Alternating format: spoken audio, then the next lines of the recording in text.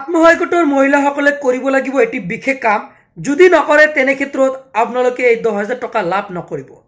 অতি শীঘ্ৰে এই কাম কৰিব লাগিব কিয়নো 3 4 5 তাৰিখত কিন্তু ফৰ্ম জমা দিব লাগিব কোনটো ডিস্ট্ৰিক্টত কিমান তাৰিখত হেতু কিন্তু এতিয়ালৈকে কোৱা নাই আপোনালোকে 3 4 5 এই 3 দিনৰ ভিতৰত ফৰ্মসমূহ জমা দিব লাগিব নিজৰ নিজৰ গাঁও পঞ্চায়তত গৈ জমা দিব লাগিব আৰু ইয়াৰ আগত যদি এতিয়ালৈকে ফৰ্মসমূহ ফিল আপ কৰি ৰাখা নাই অতি শীঘ্ৰে ফিল আপ কৰি ৰাখি দিয়ক কিয়নো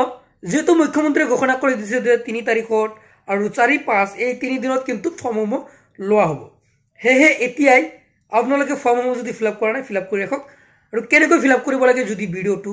চোৱা নাই তেনে ক্ষেত্ৰত ডেসক্ৰিপচন বক্সত ভিডিও আছে চাই লওক আৰু যিসকলে ভিডিও চাইছে নিশ্চয় তেওঁলোকে গম পায় এতিয়া যি আত্মসহায়ক গোটৰ 10,000 টকা পাবলৈ প্ৰয়োজনীয় কামটো হ'ল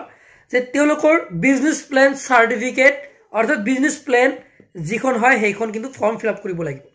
বিজনেস প্ল্যান সকলোৰে কৰিব লাগিব আৰু কি কৰিব হেতু উল্লেখ কৰি দিব লাগিব কেনেকৈ কৰিব লাগে মই অলৰেডি তাৰ ওপৰতো ভিডিও বনাই ৰাখিছো যদি চোৱা নাই তেনে ক্ষেত্ৰত চাই লব ডেসক্ৰিপচন বক্সত আহি আছে নাইবা এইটো কৰ্নাৰত মই ভিডিওটো দি ৰাখিম এইটো কৰ্নাৰত ক্লিক কৰি আপুনি চাই লব সো আজি এটি ছিল আপোনালোকৰ বাবে সৰু এটা দিবলগীয়া ইনফৰমেশন আশা কৰিলো যদি আপোনালোকৰ এই ভিডিওটো ভাল লাগিছে তেনে ক্ষেত্ৰত তলত চক শেয়াৰ আছে এতিয়াই শেয়াৰ কৰি দিয়ক সো আজিলৈ মানে বাই বাই